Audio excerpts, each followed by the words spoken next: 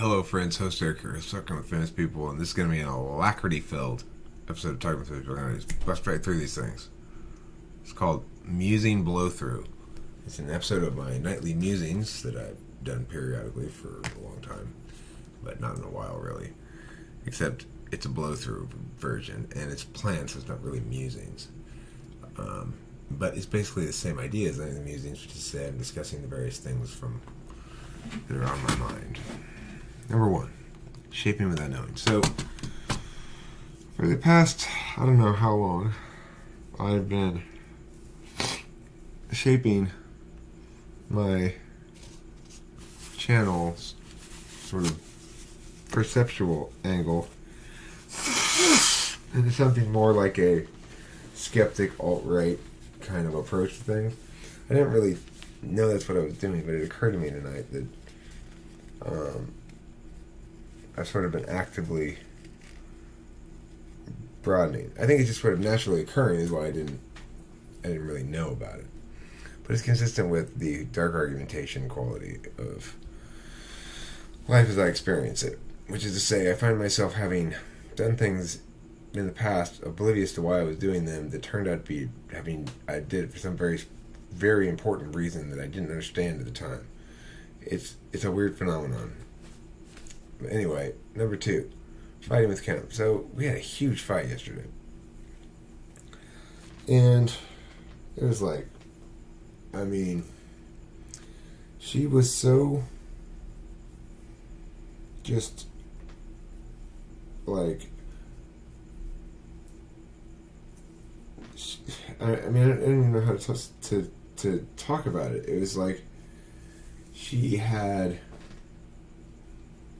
just was behaving as though she absolutely despised me, that she didn't recognize anything that I did or provided or offered or whatever, any sort of useful contribution to her life at all. And it was just, saying awful things and stuff. And it got pretty serious. I was just like, well, Kim, if you really dislike me that much, obviously we shouldn't be together. And she started her period today. Come the fuck on. That's just PMS, Tell me that you got PMS then, so at least I can ignore you and not listen to your stupid words. And today she's perfectly back to normal and nice and fine and happy and everything. And she's not normally super happy. She does complain a lot, but that's things in general are getting better and smoothing out overall between us. We're reaching some understandings, and we're settled in enough to the relationship that the jittery phase is long past. So that's a good thing. But I'm just struck by, wow, PMS makes women nuts. Why? It's like, what? Alright, number three, seeking. A lot of people are seeking, and I understand that. I know that spiritual stuff is a natural place to look when one is seeking, quote unquote. What does it mean to be seeking? Well, it means you're looking forward or looking back or looking elsewhere than here and now in yourself to provide satisfactory meaning. But, I'm very forward looking. If I were, when I become president, I'm sure, after a month in office, I'll be like, okay, so what am I up to next? I'll carry out my term, but I'll finish my first term. Be a one-termer. I don't want to do 2 terms. It's okay to seek. And it's also good to remember that while I may seek, I've already found where and what I am right now. So don't just throw everything away that you already found. NE style. Number 4, boxes. one of the challenges people trying to view this YouTube channel is it doesn't fit in any clear, determined box. It's a lot of different things, and that's off-putting to most people. They don't want something that's whatever Eric feels like all the time, like this video. What is this about? Well, it's just about these subjects. What was the last video? Oh, it was a song I made. No, it was this thing, 10 signs you need spiritual occupation. What was before that? A song. What was before that? A group talk about politics. What was before that? Sort of a personal talk about spirituality. Before that, making fun of spirituality. Before that, answering a comment. Before that, group talk, I guess. Oh yeah, kind of a jokey one as well. Another jokey thing, spiritual awakening. Jokey awakening thing, enlightenment, actualization. If you come to the channel like here, and you go, oh, this is what I'm expecting, and then like 2 days from now I stop making these entirely or something, you know. This is a speech I made to clients about debate. This is about ethos, pathos, logos, and empirics. This is a clips video with a picture of a hot chick as a thumbnail. This is drug addiction and spirituality. This is a joke thing with me pretending to be retarded. This is a critique of Jordan Peterson. It's about Sigma males, leadership, and fear. This is about somebody else's YouTube channel. So there's so much difference between everything, subject-wise, whatever. Well, what is this channel, Eric? And what are you? Who are you? What are you all about, or something? Those are tough questions for me to answer.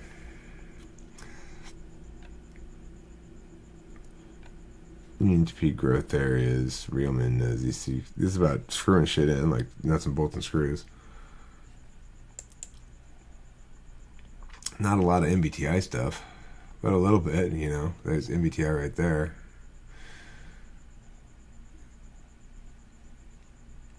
There's MBTI.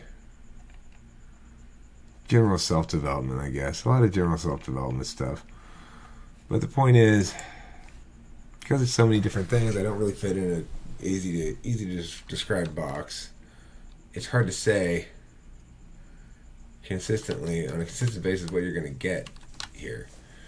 So you have to sort of just, I guess, like hearing me, which, I mean, that's a much tougher thing to sell. Well, you'll like this guy. If you're trying to sell somebody else on it. What's it about? It's too hard to explain. Okay, no thanks. But, you know, hopefully if somebody were to happen upon this and like it, then it wouldn't matter or something. I don't know. Number 5. Talk is cheap, words are powerful. Oh, this is an interesting two commonly believed axioms that would appear to be almost contradictory, but they're not. Talk is cheap refers to planning to do shit. You know, possibilities of doing stuff. Words are powerful has to do with the way words impact people's being. And of course, your metaphysical being is comprised mostly of words, whereas your doing is comprised almost nothing of words. Number 6. I was going to play a song. But don't worry, it's a quick one. Hopefully you can make it these 2 minutes or so that it takes me to play this.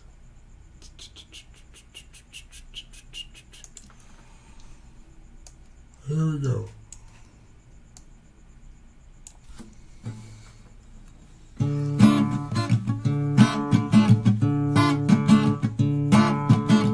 No good comes from skating on with them who knew mistaken for the one.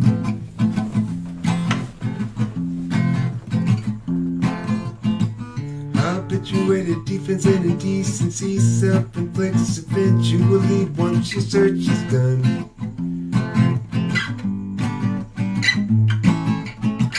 Driving in the car last night, we had a massive fight.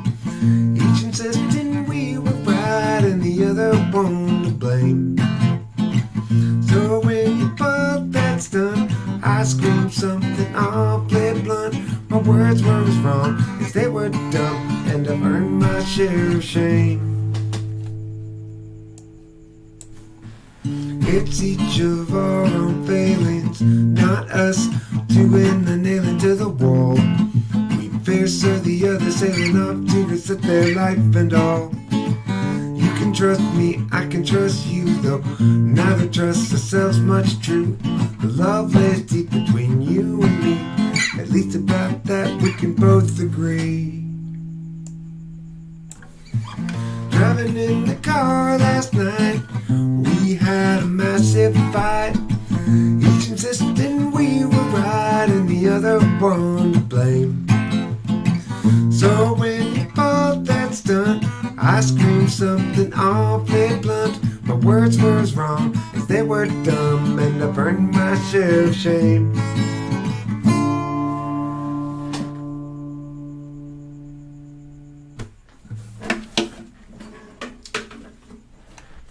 Okay, that was my share of shame.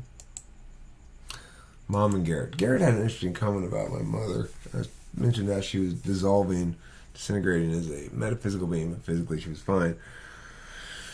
Garrett wanted to said something along the lines of, well, isn't that linked to a physical disintegration as well? Isn't there some sort of thing happening to her on a physical plane that is causing that or otherwise resulting in that? Well, sure. If it were purely a metaphysical meltdown, then it would be from purely metaphysical causes, such that it would be about meanings. It wouldn't be about the failure of the hardware to sustain the software any longer, you know?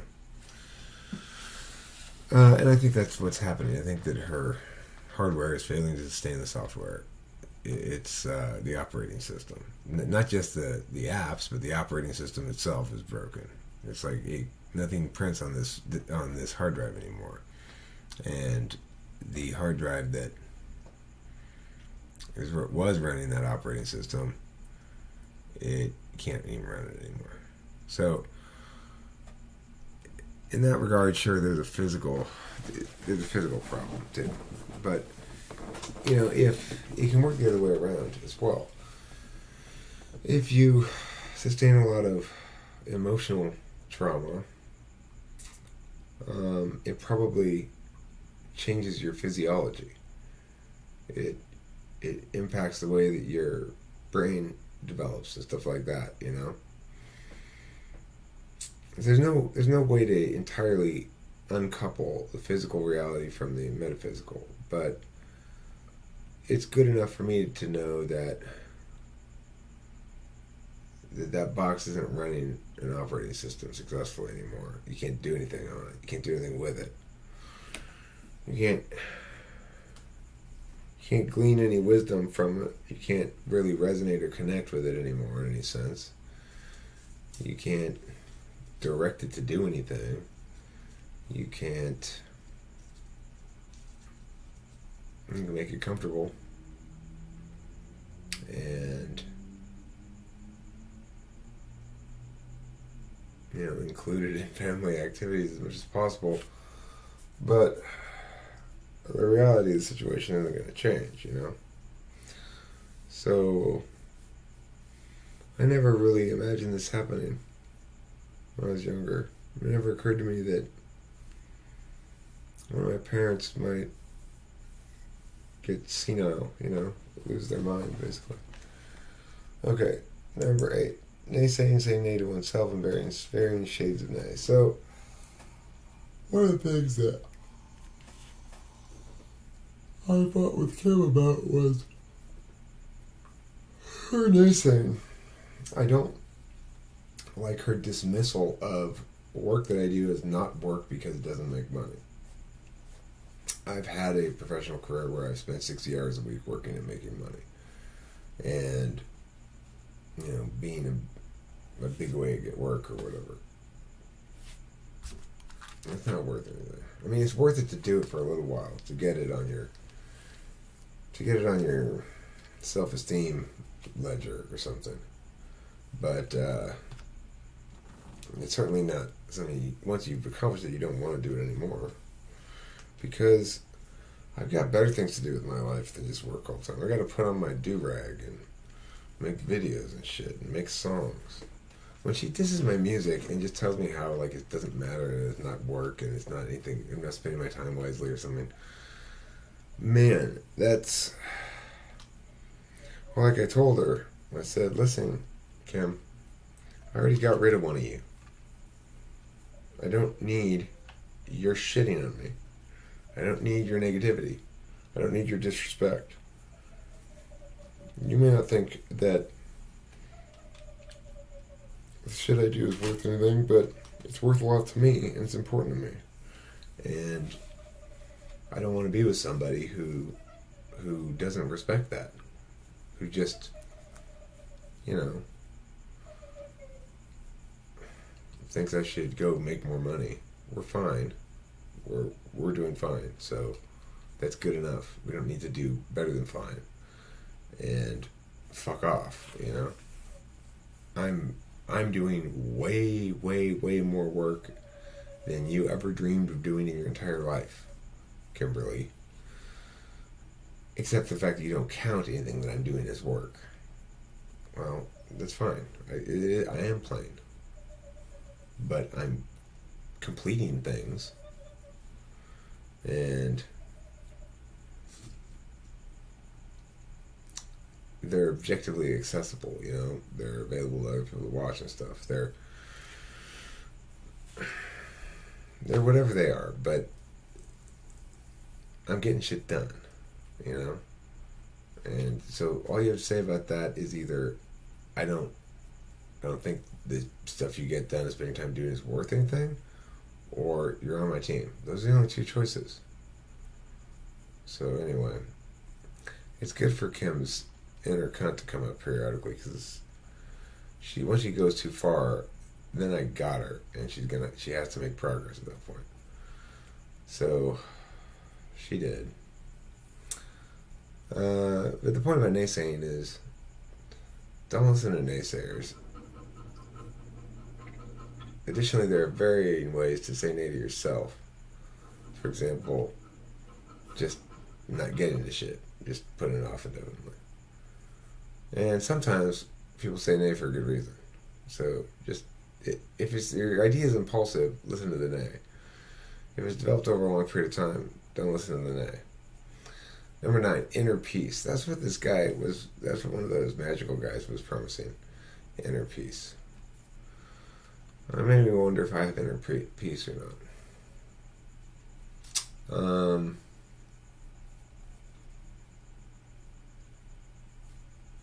Well, I don't have inner war. And I feel pretty good about things in general.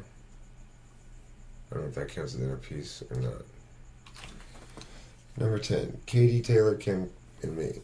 How 4 people can understand each other pretty well, probably. I mean, Katie is not Taylor's Katie, but the Katie from the commenters, who doesn't really... Kim and me and Taylor all know each other a lot better than Katie knows any of us, I'm sure. But that's neither here nor there. The point is, like, the reason I picked that Katie is because she represents an FI perspective pretty clearly, and shows some of the distinctions. Like, she can't imagine somebody living a whole and fulfilling life without being in touch with their feelings. Taylor can't imagine it being wise for somebody to be to have such an open disdain for reality, as he says, which is a great great expression. I really like that. Kim doesn't understand how I can just be carefree and not plan and not whatever and be okay. When I call her after the meeting with Pomona, and I told her, she's like, how'd it go? Okay, well, what happened? I took the $5,000. She just stopped. She didn't say anything, and she eventually said, sometimes I think you're not human. Why? Because I needed to come up with a couple grand right then, It had nothing to do with how come it happened. I didn't have no planning or anything. It's just the slabs. So, I don't know. There's anything implicit in how people are is the point of this. I have nothing against Taylor or Kim or Katie, and we're not in opposition to each other at all or anything like that. But they're still going to shake their head and say nay because their own cognitive functions are actually so different than mine. And there's really only type mates that can see eye to eye on things, frankly. Number 11. 8-ball Catastrophe Jackson is my name. My mother, when I popped out the womb, she said, "Ooh, that boy a catastrophe." And the doctor said, "Mama, what you gonna name that boy?" And Mama said, "I want to name him after my favorite quantity of drugs, 8-ball." And the doctor says, "Well, what you want his middle name to be?" "What he is, of course," said Mama, "a catastrophe." It wasn't until much later that Mama realized the word is pronounced catastrophe with a C instead of an L. But she was always calling everything la, whatever, Where we're going to dinner, Mama, she'd say, "McDonald's." "It's McDonald's, Mama," I'd say. "Hey, Paul, shut your mouth. You a catastrophe." So, Mama, What's the topic of this particular video? Oh, I've got 12 different topics. I'm on number 11 right now.